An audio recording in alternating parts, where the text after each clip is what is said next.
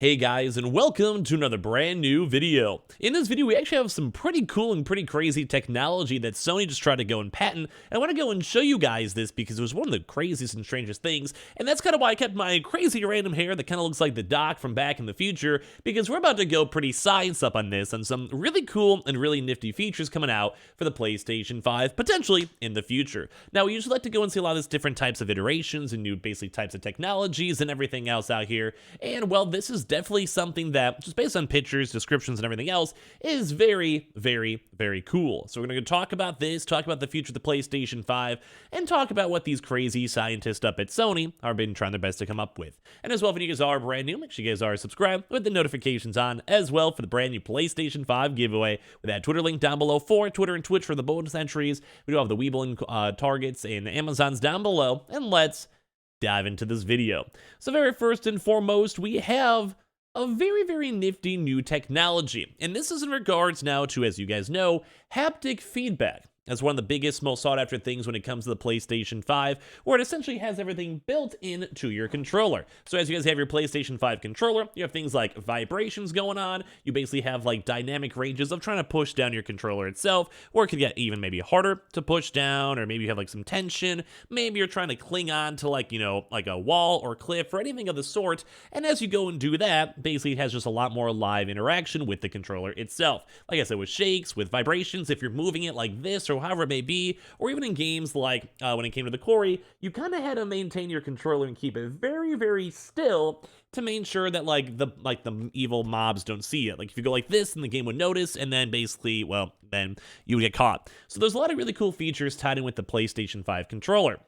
Now, as you guys probably know, with the PlayStation VR 2, there's even more because they have these handheld controllers that kind of have a lot of the same similar haptic feedback vibes going on with it, but instead through VR. So you actually have proper VR connections in the headset. You have basically vibrations and shakes and handholds. We can basically go and grab something too when it comes to that. So now the next iteration, this will probably be coming maybe in the next PSVR 3 or the next PS6 or whatever it may be, is in regards now to Sony's new patent for haptics in mid-air. And this is even more crazy too.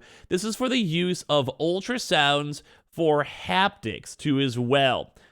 This is like some sonar, like random technology coming out with this. So I'm going to talk about this and talk about the potential, because this is probably one of the craziest things we've seen so far. So basically, this is the United States Patent Application publication, which has to go live in public, and it came out on October 13th, where it's a mid-air ultrasonic haptic interface for immersive computing environments. You heard that correctly. It sounds like they're trying to go and make space happen or something.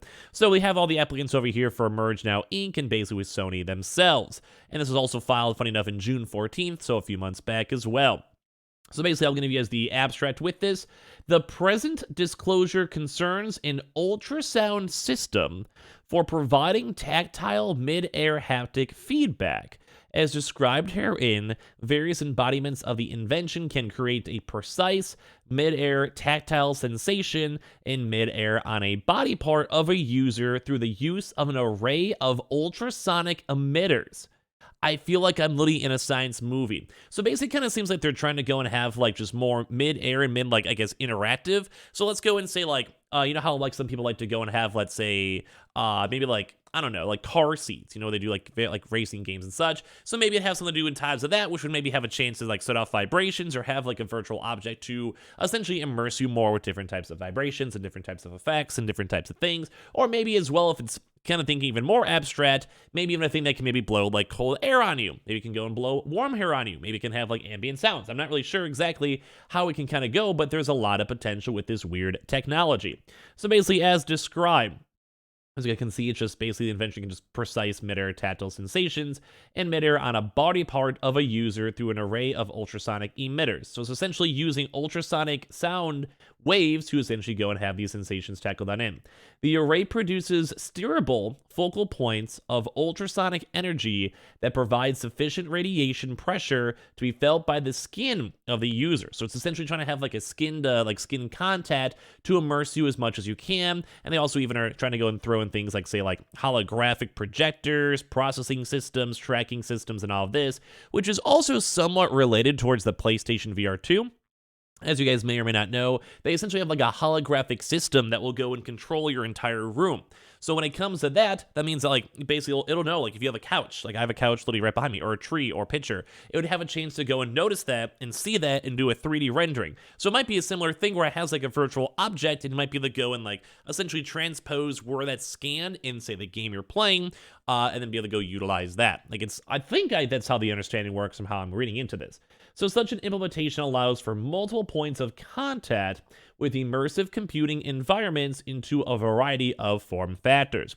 This implication too allows for coverage of larger distances and provides for a wider range of interactions, thereby allowing a user to extend an appendage into a broader workspace while providing for multiple points of or comprehensive sensations or interactions without sacrificing user comfort with respect to any such interaction. I feel like that was like 3 different lawyers making that sentence all in one. But I think what it kind of basically means is that it has like a wide variety of maybe say, like you have something to go on your face, and you feel that on your face, maybe on your skin, maybe on your hands, maybe on your stomach, or whatever it may be. It's just trying to go and have different types of applications. I think they just want to maybe have this just interchange on, let's say, like an object that can do that. I think, like, I'm not sure, like, I don't think they probably would mix stuff like water into this, but like imagine like something spraying you. It's like you're a game, it's raining, and like you try to squirt water. I don't know. I might think that's maybe a good describer for it if I had to pick and choose. So they have a lot of these different types of like things on this as well, which you go in a second. But some people even up on Reddit were bringing up this type of thing called like a strap, which is essentially for gamers and musics on the go. Not sponsored or anything. I just thought it was a nifty thing. Where basically they have things where like it basically provides like vibrations to you if like say you're listening to music, dubstep, EDM, like maybe like rap or whatever it may be, and they essentially have these features to add vibrations to it to make VR gaming better. Now, I do kind of believe this new Sony patent seems a little bit more on the VR side, if I had to say, but it kind of goes to show that this technology is there. Like, we've had people with, like, full immersion erasers, for cars where, like, your chair might go and shake if you hit, like, a tree or, like, the road is bumpy or whatever it may be. And now we're seeing other various things, too, like with Vest, where it essentially goes and adds different types of audio if you guys are utilizing this for 3D gaming. It has, like, immersion experiences, too, and it kind of lets you go be more involved in any VR experience you're going for. So I think this is kind of like the vibe that Sony's trying to push for, although this is like a somewhat separate product. They want to have that somewhat tied in with this as well. So as you guys can kind of go and see, like, I'm going to scroll through these a little bit, because I think it might be a little bit above my pay grade, I'll be honest. But you have these transducer arrays over here. You have tracking systems too. And they keep on using this figure where it has like a central object that kind of controls all this type of stuff.